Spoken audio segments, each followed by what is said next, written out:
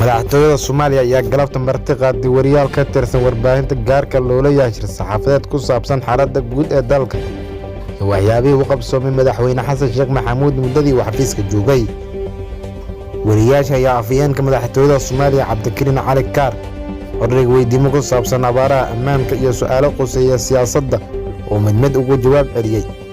qorshaheena warbaahineed waxaa ka mid ah in si joogto ah aan bulshada ula wadaagno xogta iyo xaaladaha soo kordha ee dalka. waxaa noo qorshaysan inaan si joogto ah bulshada ula hadalno oo uga haqabtirno xogta qaran ee la wada leeyahay, ayuu yidhi afhayeenka madaxweynaha Cabdikariin Cali Kaar.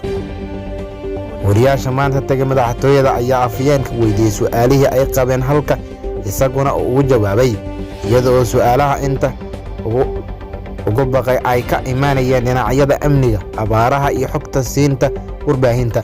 kulankan ayaa imaanaya iyadoo maalmo ka hor ay cabasho xoog leh ka soo yeertay warbaahinta madax bannaan oo ku dooday in lagu casuumay magacaabistii ra'iisul wasaaraha balse ballantii looga baxay.